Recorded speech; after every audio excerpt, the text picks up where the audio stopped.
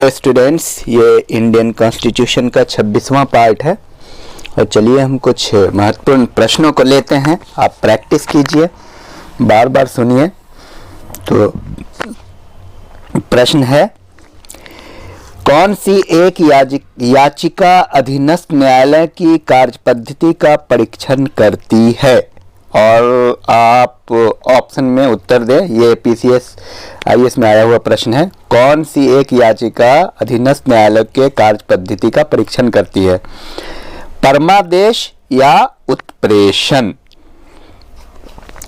और बताइए, भारतीय संविधान में अस्पृश्यता उन्मूलन से संबंधित अनुच्छेद कौन है?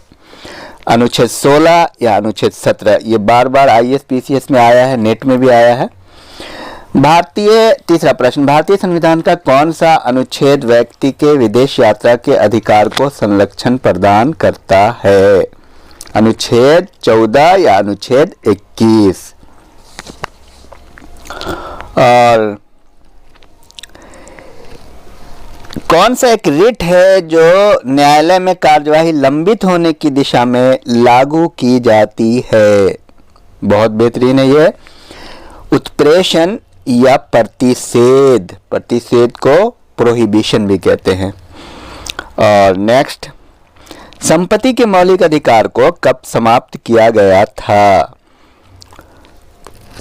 1977, 42वें संविधान संशोधन या 1978, 44वें संविधान संशोधन द्वारा?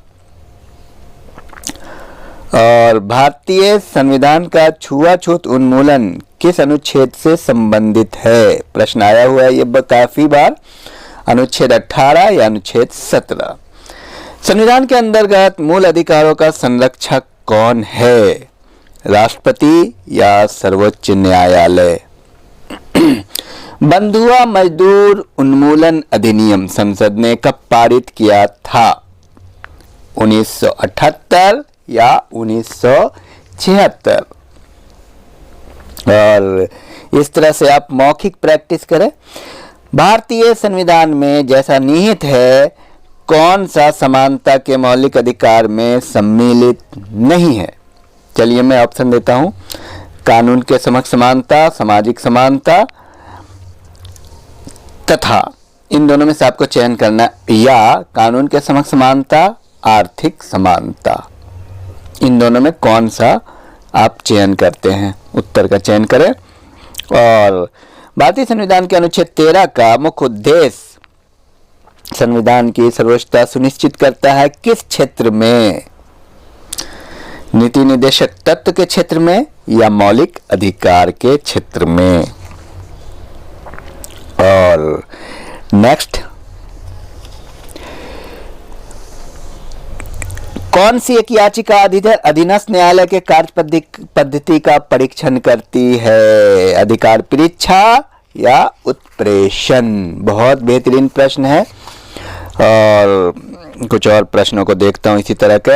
एक ऐसी रिट जो न्यायालय द्वारा जारी की जाती है तथा जिसमें कार्यपालिका से कहा जाता है कि वह ऐसा कार्य करे जो उसे प्रदत्त शक्तियों के अंतर्गत करना चाहिए, उस रिट को क्या कहा जाता है? प्रोहिबिशन या मैंडेमस? ध्यान रहे, इससे प्रश्न काफी आते हैं। किसके मामले उच्च न्यायालय उच्चतम न्यायालय दोनों की अधिकारिता में आते हैं? ये आईएएस पीसीएस सब में आया है, नेट में भी आया है। किसके मामले आते हैं? केंद्र एवं राज्यों के बीच विवाद या मूल अधिकारों का संरक्षण? तो करीब करीब हम लोगों ने इस चैप्टर से बहुत सारे प्रश्नों को लिया है, और अगर इसको प्रैक्टिस कर लेंगे तो मुझे उम्मीद है कि कोई भी एग्जाम आपका नहीं छूटेगा।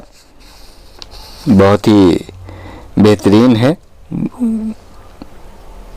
तो चलिए आप बार बार इसको प्रैक्टिस करें। Thank you very much.